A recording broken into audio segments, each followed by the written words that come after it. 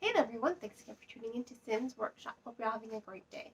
Alright, so today we're going to be talking about Scavenge the Stars. It is a young adult, gender bent retelling of the Count of Monte Cristo.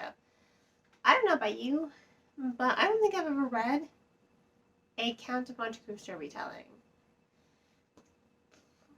Nope, I can't think of one. I know there have been adaptations of it. I've seen the film adaptation. There's also an anime adaptation that I've also watched. Um, I do like the movie, by the way.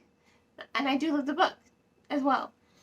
Um, but I've never seen in literature a young adult retelling of the Count of Monte Cristo. So, really excited about this. Have to say, I loved the book. At first, I was a little hesitant if I was going to like it or not, just because I've read plenty of retellings of other classics in my life, and it's either touch or go. You either love it or you hate it. In my experience, I either love it or I hate it. There is no in between for me, just because I appreciate the classics for what they are. I love the classics. I have a whole shelf in my son's room upstairs that's just dedicated to classics. So when it comes to classics, I'm a little picky. And I didn't know if I was going to like this book or not, especially when I saw that there's a book too. So I was like, but I ended up loving it. I think what I really liked is how the stories are told, because it does follow the Countess, and it does follow her target, Kaio, I believe his name was. Once again, my notes are on my phone, and I cannot look at them right now because I am recording. But I do like how their stories are told, because at first glance, it looks like they're both present day narratives that they're being told in tandem with one another. You think that when you're reading it, but that's actually not the case. For this story, what I thought was really interesting is you're following his story. He meets the Countess. Her story is still going on. She was an indentured servant. Her father was killed. Lots of bad stuff happened. It's unfortunate. So she's had a really rough life, our Countess, growing up, as an indentured servant on a fishing vessel. And, she meets this guy, and he's the answer to her prayers, I guess. He's not a good guy, first of all. He's not like the Count's master in Count of Monte Cristo. He is not a good guy. Let me get that right off the bat. She has a lot of trouble trusting him, and she should. He says and does a lot of questionable things, but he does get her ready to be the Countess, which I thought was really captivating. And I thought that that was really engaging for this story. Now, that being said, when you're following her story, you're just like, oh, she's totally going to be the Countess. She's totally going to be the Countess. And then when you're reading his story, you're like, wait a second, how could she be the Countess? He's about to meet the Countess. And then you really do, it's like a light bulb went off in my head. I'm like, oh, all of this is happening before. So her story is being told past to present, and his story is just present. So I really thought that was a really engaging way to captivate the reader, because it certainly did captivate me. I was hooked.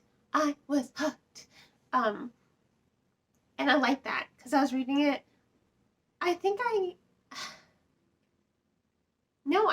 I did forget that the story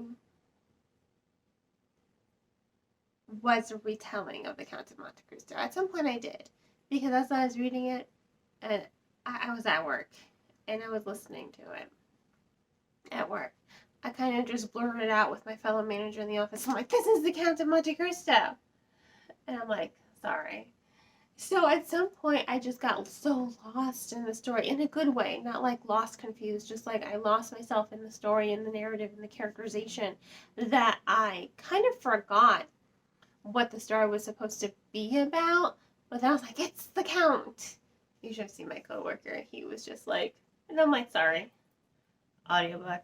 This is totally a retelling. He's like, I got you.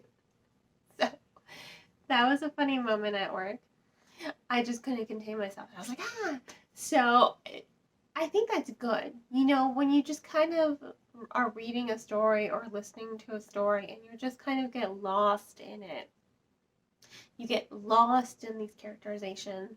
You get lost in the voice and how the story is progressing, that you're not really thinking what's going to happen next. You're just like following along with it. And then when there's this moment where it catches you by surprise, and it really shouldn't have caught me by surprise, again, it does tell you on the back cover that this is a retelling of the Count of Monte Cristo.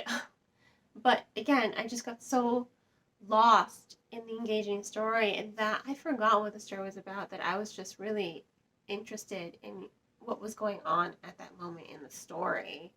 So, and how it was developing. So when that happened, that aha moment for me, it was a little funny, and I wanted to share that with you.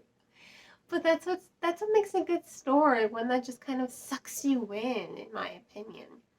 And I love their voices. I love how there is a lot of gray area.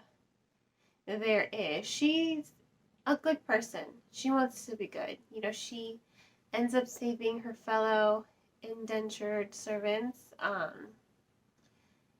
She takes care of them. They all work for her now. And she takes care of them. She makes sure that they all have warm meals and full bellies and warm beds. And I like that about her, that she hasn't forgotten what it's like to be a servant, that she'll save them no matter what, even if it just sort of involves her diving into a fountain in her really frilly, fancy, expensive dress to save one of her servants who doesn't know how to swim, because that happened. You know, she doesn't really care about protocol. She is still that girl from the ship at her core, but she's growing and developing into someone else. And I think it does put into question this fine line of revenge. You don't want to lose who you are to the darkness that comes with revenge. And I like how the author has decided to highlight that aspect of that story, of the story, with this narrative. She doesn't want to lose herself. She's seeing the goodness. She's seeing the kindness. She is seeing what revenge is going to do. And she understands, you know, that there's a limit. It takes her some time, obviously. She slowly but surely begins to discover getting revenge isn't worth it if it means hurting innocent people. And I like that about her. She's willing to help. She's willing to put her own anger aside and her own need for vengeance aside to help other people. And you gotta respect that with her. It does take some time for her to get to that point, obviously. She has to go on this journey herself. And she has to start opening her eyes. You know, she's so blinded by her need for revenge and grief. She's still haunted by the death of her father and her whole life of being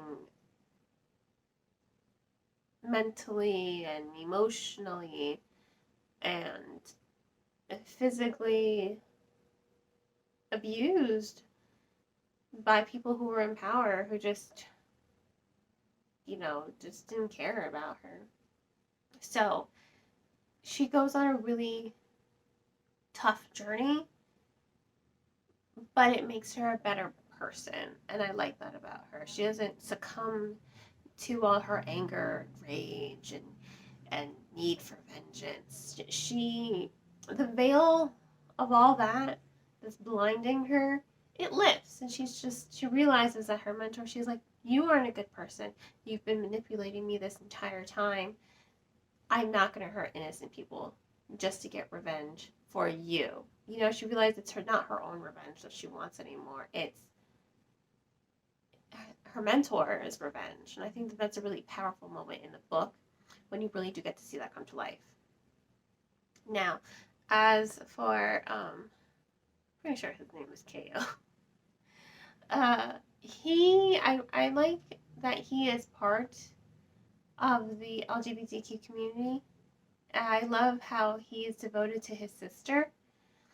And I love the friendship and romance he develops with the Countess. I like how he feels very strongly for his friends as well. He wants to right the wrongs of his father. He wants to. He is a lot like the Countess, where he wants to help the innocent and the downtrodden, even though he's been raised in privilege all his life. He wants to do better. And I really think that's commendable for him. And I think that these two narratives, they work together side by side the way the author has decided to tell them. So I'm really interested to see where their adventure takes them in the sequel that's coming out next year. Very excited to see where that's going to go. So this was Scavenge the Stars. I'm going to go ahead and give it 4 stars. I think it was a really good story. It just didn't blow me away as much as I wanted it to, but it's still a really good Count of Monte Cristo retelling. And I personally haven't read something like that ever, I think. I'm trying to think back. I've read a lot of books. You think this is all my books? This is not all my books. I've got way more. I need more shelf space and bookcases. But I haven't come across another Count of Monte Cristo retelling, so I think it's really commendable, and I think it's really impressive that this is a Count of Monte Cristo retelling. So once again, I'm going to go ahead and give Scavenge the Stars 4 out of 5 stars. If you want to purchase the book, please purchase off of bookshop.org, IndieBound, Books A Million, Barnes & Noble, Book Depository, anything that supports book sellers. As someone who shops on Amazon almost constantly, they don't need our help by buying books, basically. So please support your local booksellers by purchasing your book from your local bookstore, or bookshop.org, which does donate a percentage of all proceeds due to bookstores. If money's tight, which I get it, please support your local library by checking out the book from your local library. You can get an e-digital library card, rent out audiobooks and ebooks. You can also do curbside pickup as well. Libraries are a great resource. They totally deserve all the support we can give them. And I hope you will all continue to support me by liking this channel and sharing it with all your book-loving friends. And please do not forget to hit that subscribe button. Hope you all have a great rest of your day. And as always, happy reading.